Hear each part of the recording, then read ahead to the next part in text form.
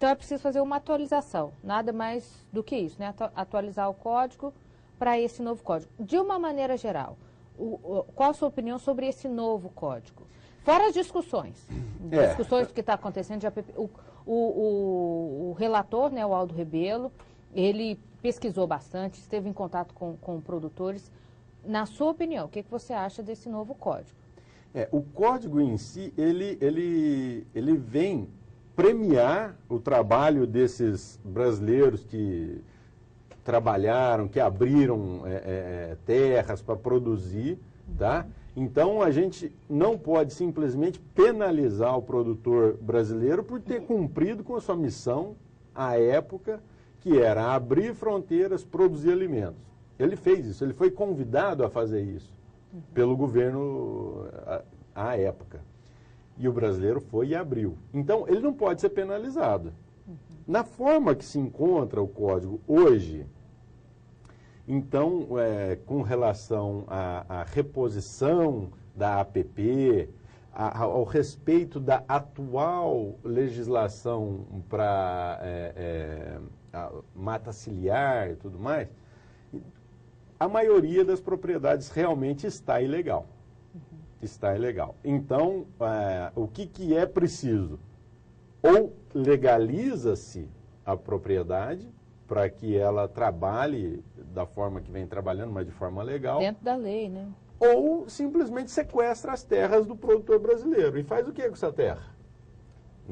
Alguém tem que produzir. Você não pode hoje simplesmente parar de produzir alimentos. Você almoça e janta todo dia, todo mundo que está ouvindo faz a mesma coisa, e almoça e janta o quê? Alimentos produzidos por essa nação de agricultores que é o Brasil. Então, a gente tem sempre que tomar o cuidado, o devido cuidado, para não entrar numa paixão ecológica, numa paixão produtora, e analisar os fatos como eles são. A realidade, né? Hoje, por exemplo, a média do tamanho da propriedade brasileira é 73 hectares. 73 hectares. O que dá para produzir em 73 hectares? Você que é produtor, que sabe, ou que tira leite, ou que agora está plantando um eucalipto, ou que tem uma roça de milho. É muito pouca terra para as técnicas de produção. E isso é bom a gente colocar que essa é a média, né? 73 hectares é a média, o tamanho médio das propriedades brasileiras. Que aí pode desmistificar uma outra ideia que o pessoal tem de que produtor rural é tudo rico, de que agricultor, o plantador de soja, o pecuarista é tudo rico, fazendeiro, grandes fazendas. Não é, não, a média é essa, André. Olha, eu acho que esse mito está até caindo por água abaixo, porque o produtor rural, o fazendeiro, a gente sempre carregou essa pecha de ser latifundiário. O cara que pegava dinheiro no banco e ia comprar caminhonete. Não é assim. O produtor rural, ele é um produtor como é o produtor industrial na cidade. Agora, alguém vai desapropriar a indústria? Alguém vai falar para o industrial que ele não pode produzir essa ferramenta ou ele tem que usar aquela ferramenta? Não. Só que a classe de produtores agrícolas tem sofrido constantemente, inclusive com índice de produção. Aí vem o cara falar, ó, se você não produzir tanto na sua propriedade, nós vamos sequestrar a terra.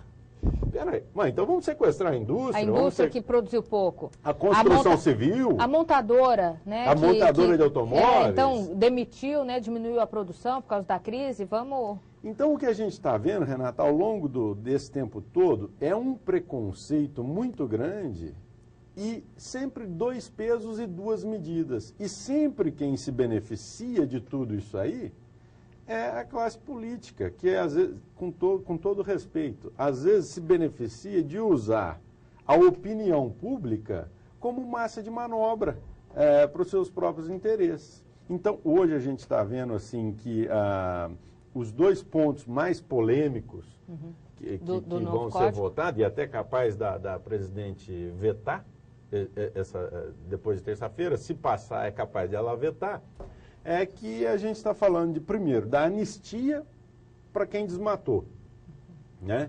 Então, desmatou porque precisava desmatar, era a lei, Então, quem desmatou não vai precisar reflorestar.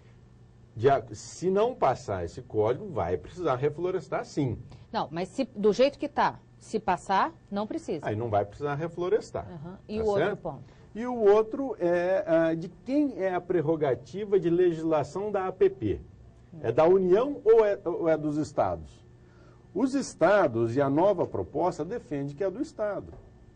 Quem conhece o bioma Pantanal melhor do que o Estado do Mato Grosso do Sul e do Mato Grosso? Quem conhece o bioma Cerrado melhor do que o Estado de Goiás? Quem que conhece a Mata Atlântica melhor do que Santa Catarina e São Paulo? Então, peraí, pode o governo federal legislar sobre tudo, da União pode, mas quem conhece melhor para legislar a respeito de cada estado? Vamos pegar as pequenas propriedades de Santa Catarina, por exemplo. As plantações de maçã nas encostas, etc. Vamos falar de arroz, então, no Rio Grande do Sul. Arroz, nas áreas de várzea no Rio Grande do Sul. Desde que o mundo é mundo, na China, no Egito, onde for, arroz planta na beira de rio, aonde inunda, aonde tem, é próprio da cultura, né? Teve uma época, na época do governo Figueiredo, que tinha até um financiamento, que era o Provárzea, que era para plantar na várzea. Por quê? Para plantar arroz, para plantar alimentos que a gente come. Aí vem, não pode mais plantar na várzea. Tá bom, então eu vou plantar arroz de sequeiro. Eu vou plantar arroz de sequeiro. Então, cadê financiamento para irrigar esse arroz? E quanto que vai custar esse arroz depois no prato da dona de casa? Das pessoas que se alimentam todos os dias? Tudo tem custo. Agora, a gente tem que preservar o meio ambiente, sim. Tem, o meio ambiente é onde a gente mora. E se a gente não preservar, a gente vai estar armando uma arapuca para o futuro.